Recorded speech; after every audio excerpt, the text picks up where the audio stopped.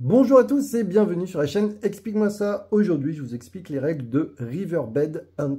Alors, c'est un jeu de Yann Théo et de Christopher Vasiliou, illustré par Rix Airshop. On trouvera ce jeu chez Old Statue Game. Vous allez pouvoir y jouer de 4 à 9 joueurs à partir de 10 ans pour des parties entre 20 et 45 minutes. Attention, on est sur un jeu prototype, c'est-à-dire qu'il peut y avoir des changements au niveau des règles et au niveau du matériel.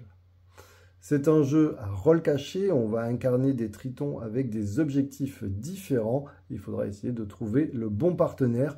Donc, bien sûr, sur les jeux à rôle caché, il vaut mieux être nombreux. Comment ça va se passer ? Alors, en fonction du nombre de joueurs, on va ici avoir des tuiles dans la rivière différentes. Vous allez aussi avoir, en fonction du nombre de joueurs, des objectifs différents. Par exemple, nous avons 3 types de personnages. Nous avons les marchands qui vont devoir, eux, dans la rivière, sous ces différentes tuiles, trouver où se trouvent des algues. Par exemple, si on imagine qu'on est à 7 joueurs, eh bien, il faudra forcément trouver 7 algues pour gagner la partie. Si par exemple vous êtes les séparatistes, eux, ils trouvent du bois. Si jamais, vous voyez, à 7 joueurs, eh bien, il leur faudra seulement 5 bois. Et si jamais vous êtes le troisième rôle qui est profiteur, vous, tout simplement, il vous faudra trouver des pièces. Mais par contre, vous voyez qu'à 7 joueurs, vous allez devoir trouver jusqu'à 8 pièces. Dès qu'un de ces objectifs est réalisé, la partie s'arrête immédiatement et la personne a gagné ou les personnes ont gagné la partie. Admettons, les marchands sont arrivés ici, ils ont réussi, bravo, ils ont gagné. Il va falloir faire attention à ce compteur. Pourquoi ?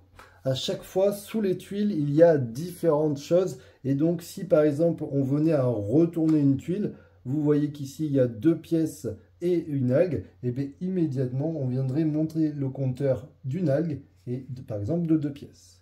Si dans la partie, à un moment donné, on venait à retourner cette tuile, dans ce cas-là, on noterait les 2 pièces et on noterait l'algue, tout simplement. Donc c'est un compteur en temps réel du plateau.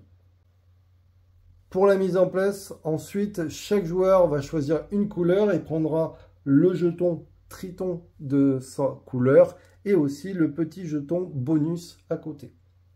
Chaque joueur recevra une carte dive, donc là ça veut dire plonger en français, une carte swim, nager en français, et une carte coopération. On aura tous les mêmes cartes. Chaque joueur recevra une carte capacité. En effet, en fonction du nombre de joueurs, on viendra retirer des cartes capacité. Là, on est à 4 joueurs. Vous voyez, j'ai enlevé les 6, les 7 et ainsi de suite. Donc ceux-là, on ne les utilisera pas. Pareil, au niveau des tuiles, en fonction du nombre de joueurs, ça ne sera pas forcément les mêmes tuiles. Je vous laisse regarder au niveau des règles. Voilà, maintenant, comment ça va se passer ? Tout simplement, on va donner un rôle à chacun et le chef marchand devra forcément indiquer et retourner son rôle caché. Et oui, ça nous permet d'avoir une base et de savoir qui est qui. En tout cas, de nous donner une idée. On sait que ce joueur-là, le vert, est le chef marchand. Les autres, bien sûr, regardent leur rôle, ne le dit à personne. Alors, à tour de rôle, au tout début, on va devoir positionner nos personnages. La seule règle, c'est qu'on ne peut pas être 2 sur la même tuile lors du positionnement. Après, bien sûr, dans la partie, vous pourrez être plusieurs sur une même tuile. On s'est positionné. Allez, c'est au joueur vert. Le joueur vert a le choix, donc, par exemple, de regarder une tuile. Pour cela, il va utiliser dive, plonger, pour aller au fond de la rivière et voir ce qu'il y a sous une tuile. Cette carte nous permet de regarder les tuiles qui se trouvent adjacentes à notre personnage, mais attention, en respectant le lit de la rivière. Donc, par exemple, celle-ci n'est pas adjacente parce que vous avez un morceau de terre, ou je pourrais regarder ce qu'il y a sous nous. Je vais regarder ce qu'il y a sous moi. Dans ce cas-là, je regarde, mais surtout, je ne dis à personne ce que je vois.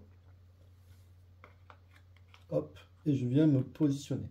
Comme j'ai utilisé cette capacité, vous avez vu, j'ai retourné la carte. Je pourrais tout à fait jouer une carte capacité, une carte avec des pouvoirs, mais je ne vais pas rentrer dans le détail de toutes les cartes Pourquoi? Parce qu'elles sont en anglais, et puis sinon la vidéo va durer trop longtemps. On passe donc au joueur suivant. Le joueur suivant, c'est le joueur rose. Il va par exemple décider de se déplacer. Pour cela, il va utiliser swim, nager. Ça lui permet de se déplacer donc de 1 à 2 cases, et en plus ça lui permet de récupérer une carte capacité. Alors il va se déplacer d'une case ou de 2, il est ici, il peut venir là ou là, vous voyez en suivant la rivière, il peut venir de là à là, et il peut aussi venir ici. Pourquoi? Parce que si jamais il utilise ces 2 déplacements, il peut traverser un morceau de terre, donc par exemple il va venir ici, et il va venir prendre une carte capacité, tout simplement. Il pourrait décider de jouer la carte capacité, s'il voulait, mais il n'a pas forcément envie, il choisit. Les cartes capacité, juste pour vous donner un ordre d'idée, il y en a plein. Ça vous permet par exemple de retourner une tuile, ça vous permet de déplacer quelqu'un, ça permet de faire plein de choses. Elles sont intéressantes, il ne faut pas les oublier. On passe maintenant au joueur blanc. Le joueur blanc, lui, va par exemple regarder, donc utiliser dive donc pour plonger, pour regarder une tuile adjacente ou, je vous rappelle, sous lui. Il va par exemple regarder cette tuile. Il regarde, mais il ne dit rien. Il a retourné la carte pour dire qu'il avait utilisé. On passe au joueur jaune. Et le joueur jaune pourrait décider de faire une coopération. S'il décide de jouer cette carte, la coopération, vous voyez qu'il y a 2 choses. Sur la carte coopération, on peut faire vraiment une coop. Ça veut dire j'ai confiance, je sais que je suis avec lui, j'ai envie qu'il fasse l'action à ma place, et donc du coup, je lui fais totalement confiance. Ou alors, uncover. Je ne lui fais pas confiance, je ne sais pas qui est avec qui, je préfère pas prendre de risque. Dans ce cas-là, ça vous permet de vous retourner une tuile, alors que coop, c'est l'adversaire, en tout cas un des joueurs qui va retourner une tuile. Là, ça vous permet, vous, de choisir la tuile que vous retournez. Par contre, ça vous fait défausser une carte. Et surtout, quand vous allez retourner, vous allez voir que vous ne pouvez le faire qu'une fois dans la partie. Tant pis, je décide de le faire. Donc, je retourne la carte. Je ne pourrai plus jamais faire ce pouvoir. Je dois donner ma carte capacité. Donc, je le mets, on va dire, dans la défausse. Et je vais retourner une tuile. Par exemple, je vais retourner cette tuile. À partir du moment où on retourne une tuile, on regarde s'il y a un pouvoir et on fait l'action. Ici, il y a marqué quoi? Quand on retourne cette tuile, donc ça nous dit qu'on peut retourner exactement une autre tuile avec 2 pièces. Là, en l'occurrence, il n'y en a qu'une, donc je ne peux pas. Et je vais bien sûr mettre à jour. Ici, vous voyez, il y a 2 pièces. J'avance forcément de 2.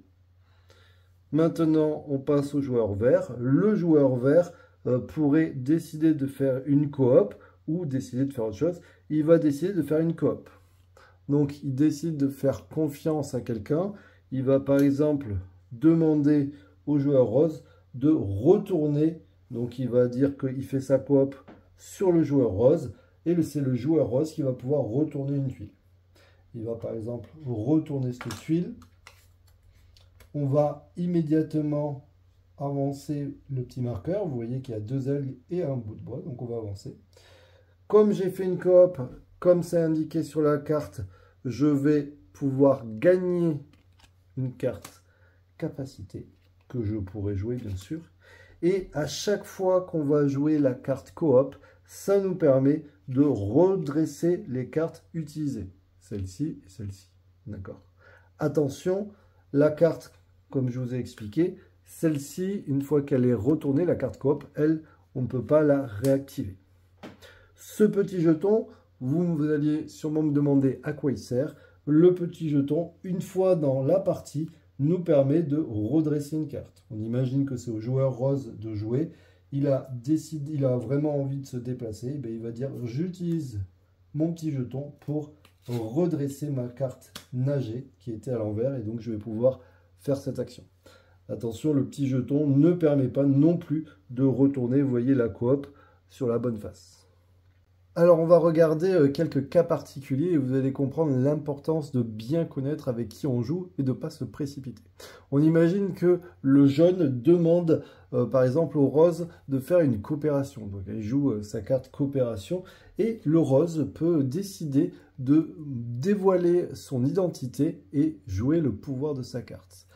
Il va le faire, il va révéler comme quoi il est un séparatiste, et dans ce cas-là, vous pouvez le faire que activer le pouvoir de votre carte que lorsqu'on vous fait une coopération, et vous allez avoir un pouvoir un peu spécial. Alors ça vous dit que vous pouvez l'utiliser et l'activer que lors d'une coopération, donc maintenant vous avez dévoilé votre jeu à tout le monde, mais ça vous permet de, en défaussant une carte habilité, donc je vais défausser cette carte, de retourner une tuile adjacent à mon personnage, toujours pareil, ou sous moi. Et si jamais il y a une main, et ben, du coup, je vais pouvoir continuer. Par exemple, je décide de retourner cette tuile et vous voyez, il y a ce symbole-là. À partir du moment où il y a ce symbole-là, je vais pouvoir continuer à prendre des tuiles après où je veux, pas forcément adjacent. La première est obligatoirement adjacente, mais après où je veux. Et à chaque fois qu'il y aura des mains, et ben, je vais continuer comme ça. Donc là, on voit qu'il y a le petit symbole. Immédiatement, je vous rappelle qu'on fait avancer les pièces, les bûches et ainsi de suite. On vous dit que pour chaque player qui sont en 10, qui sont adjacents ou à côté, ils peuvent immédiatement gagner une carte. Donc bah, ça tombe bien, en plus je suis à côté, donc ça me fait gagner une carte de capacité. Et comme il y a la petite main, bah, j'ai le droit de continuer. Là, dans ce cas-là, je vais où je veux. Par exemple, je peux décider d'aller chercher celle-ci. Alors, bien sûr, il aura fallu regarder avant. On peut me conseiller. Hein. Et donc, par exemple, oh, il y a une petite main. Dans ce cas-là, attention, ça avance de 3. 1, 2, 3. Ici, une bûche. D'accord. Je vais, par exemple, décider de, je sais pas, de prendre cette tuile-là. Et cette tuile-là, vous voyez, il n'y a pas la main. Dans ce cas-là, je viens quand même noter, hop, ici sur le compteur. Mais j'ai fait une erreur. Vous voyez, je n'ai pas trouvé encore une main. Dans ce cas-là, seul le chef marchand va pouvoir regarder parmi les tuiles avec le symbole de la main et va pouvoir en retourner une. En l'occurrence, par exemple, il serait très malin de retourner celle-ci. Donc, dans ce cas-là, on enlève un bois et on descend, hop, 1, 2, 3, de 3 pièces, tout simplement. Donc, voici le pouvoir très important du séparatiste. Donc, lui, il n'y a que le leader séparatiste qui peut faire ce pouvoir, mais vous voyez qu'il est très important. Un autre pouvoir qui existe, pareil, qui s'active lorsqu'on fait une coopération avec lui, c'est le profiteur. Si jamais on fait il y a quelqu'un qui décide de faire une coopération avec lui, dans ce cas-là, il doit aussi défausser une carte capacité. Le pouvoir particulier du profiteur, c'est l'escroquerie. Il va pouvoir donc révéler une tuile adjacente à son personnage. Donc par exemple, il est blanc, il va révéler celle-ci. On voit qu'il va y avoir 2 algues et un bois. Hop. Et il peut en révéler une deuxième, où il veut, sur la carte. Alors au début, il faut forcément qu'elle soit adjacente. Et la deuxième, c'est où il veut. Donc par exemple, il pourrait venir révéler la tuile qui se trouve sous le jaune. Et vous voyez, ça va avancer d'une pièce. Et vous voyez, hop, une algue. Donc vous avez vu que ça va pouvoir faire plein de changements. Et donc il va falloir faire attention à tout ça. Parce que ça peut aller très vite. Voilà, vous avez compris l'intérêt du jeu. Bien sûr, il va y avoir des cartes capacités. Il faudra faire les bons choix. Et donc, dès que quelque chose arrivera, dès qu'un objectif arrivera à terme, par exemple, vous voyez, ici, on imagine qu'on est comme on est à 4 joueurs, hop, il y a 6 algues de révéler, ben, la partie s'arrête et ce sont les marchands qui ont gagné la partie. Voilà, je vous dis à très bientôt. N'hésitez pas à vous abonner à la chaîne, ça fait toujours plaisir. Ça vous permet aussi de, vous voyez, de découvrir des nouveaux jeux. N'hésitez pas à mettre un petit commentaire, à mettre un petit j'aime, ça fait plaisir aussi. Moi, je vous dis à très bientôt. Bien sûr, dès que j'aurai le lien du financement participatif, je le mettrai en description de cette vidéo. Je vous dis ciao, ciao les amis, puis à bientôt. Bye, bye.